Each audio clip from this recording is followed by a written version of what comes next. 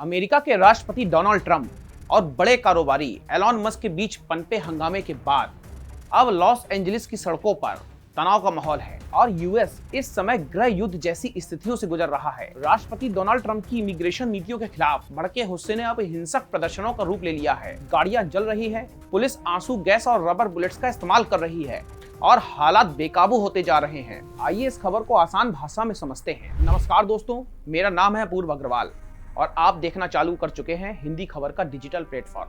सन 2024 के राष्ट्रपति चुनाव में डोनाल्ड ट्रंप की जीत के बाद जब उनकी दूसरी पारी शुरू हुई तब इमिग्रेशन उनके प्रमुख एजेंडों के केंद्र में था। आपने सुना ही होगा कि ट्रंप ने अपनी चुनावी रैलियों में मास डिपोर्टेशन यानी कि बड़े पैमाने पर निर्वासन, बॉर्डर सिक्योरिटी और अवैध अप्रवासियों जिनकी संख्या तकरीबन 15 से 20 मिलियन के आसपास होगी, उन पर सख्त कार्रवाई का वादा किया था। ट्रंप ने जिन अवैध अप्रवासियों को डिपोर्ट करने का वादा किया, जो कि अमेरिका की अनुमानित तकरीबन 11 मिलियन अनडॉक्यूमेंटेड आबादी से कहीं ज्यादा है, उस पर ट्रंप पहले दिन से लगे हुए हैं। उनकी रैलियों में आपने सुना ही होगा कि सील द बॉर्डर और अमेरिका फर्स्ट जैसे नारे गूंज रहे थे। एनपीआर, पीबीएस न्यूज और मारिस्ट पोल के मुताबिक 87% रिपब्लिकन मतदाता उनकी इमिग्रेशन नीतियों का समर्थन करते हैं। आपकी जानकारी के लिए यहाँ पर बता दें कि 20 जनवरी 2025 को शपथ लेते ही ट्रंप ने इमिग्रेशन संबंधित कार्यकारी आदेश यानी कि एग्जीक्यूटिव ऑर्डर्स जारी कर दिए थे। इनमें बॉर्डर पर आक्रमण रोकने, जन्मजात नागरिकता खत्म करने की कोशिश और रिफ्यूजी प्रोग्राम को निलंबित करना शामिल था। ट्रंप सरकार का इन्हीं इमिग्रेशन कानूनों पर सख्त रुख के कारण शुक्रवार को जब 44 अप्रवासियों को हिरासत में लिया गया तो उसके विरोध में लॉस एंजलिस की सड़कों पर रविवार को अचानक हिंसा भड़क उठी। हजारों प्रदर्शनकारी सड़क पर उतर आए और राजमार्ग 101 को वहां पर जाम कर दिया। गुस्साई भीड़ ने गाड़ियों पर आग लगाना शुरू कर दी, जिनमें 4 सेल्फ ड्राइविंग कारें जलकर खाक हो गईं।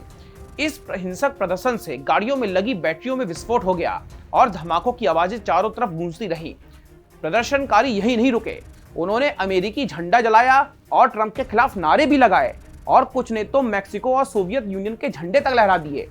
सोशल मीडिया पर वायरल वीडियो में लोग झंडे पर थूकते और गुस्सा जाहिर करते हुए साफ साफ दिख रहे हैं। इन जवाबी कार्रवाइयों से प्रदर्शनकारियों की भीड़ और भी ज्यादा उग्र हो गई और पुलिस पर पत्थर और पटाखे फेंकने लगी। हालात यहां तक पहुंच गए कि पुलिस कर्मियों को पुल के नीचे छिपने पर मजबूर होना पड़ गया। पुलिस ने प्रदर्शनकारियों पर काबू पाने के लिए सड़कों पर बैरिकेड्स लगाए, लेकिन भीड़ उग्र होती चली गई और दुकानों में तोड़फोड़ भी चालू कर दी। हालात इतने ज्यादा बेकाबू हो गए कि कुछ लोगों ने सरकारी इमारतों पर आपत्तिजनक नारे भी लिखना शुरू कर दिए।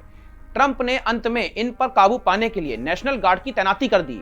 आपको बता दें कि नेशनल गार्ड अमेरिका का एक सैन्य रिजर्व बल है जो 1636 ईस्वी में शुरू हुआ था और आज भी सक्रिय है।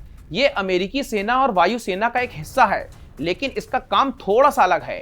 नेशनल गार्ड के जवान पार्ट टाइम सैनिक होते हैं, यानी ये आम लोग हैं जो नौकरी या पढ़ाई के साथ साथ सैन्य प्रशिक्षण लेते हैं। इनका मोटो है हमेशा तैयार और हमेशा मौजूद। कैलिफोर्निया के गवर्नर गेविन न्यूसॉम ने इन्हीं नेशनल गार्ड की मौजूदगी को राज्य की संप्रभुता का उल्लंघन बताया और कहा कि सेना की मौजूदगी से हालात और ज्यादा बिगड़ रहे हैं, जबकि ट्रंप ने हालातों का जिम्मेदार डेमोक्रेटिक नेताओं को बताया है। प्रदर्शनकारी सीधे तौर पर आईसीई लॉस एंजलिस से बाहर जाओ जैसे नारे लगा रहे थे। आपको बता दें कि आईसीई यानी US immigration and custom enforcement America का एक सरकारी संगठन है जो सन 2003 में गठित हुआ था। इसका मुख्य काम है अमेरिका की सीमाओं के भीतर और बाहर आव्रजन और सीमा शुल्क कानूनों को लागू करना। आईसीई एजेंट्स भारी हथियारों और सामरिक गियर के साथ छापेमारी करते हैं। आईसीई एजेंट्स कभी कभी मास्क भी पहनते हैं, जिससे प्रदर्शनकारियों में डर बढ़ जाता है। लॉस एंजलिस में 6 जून को हिंसा के दौरान प्रदर्शनकारियों ने सरकारी संपत्ति को जब नुकसान पहुंचाना चालू कर दिया तो इन्हीं आईसीई एजेंट्स की कार्रवाई के खिलाफ सबसे ज्यादा नाराजगी थी। आईसीई ने इसे विनाशकारी बताते हुए साफ कर दिया और कहा कि वे कानून लागू करते रहेंगे। इस बीच एफबीआई ने हिंसा में शामिल संदिग्धों की जानकारी देने वालों के लिए $50,000 के इनाम की घोषणा भी की। उपराष्ट्रपति जेडी विंस ने साफ शब्दों में ट्रंप का समर्थन करते हुए यह कह डाला कि राष्ट्रपति दंगे और हिंसा बर्दाश्त नहीं करने वाले हैं।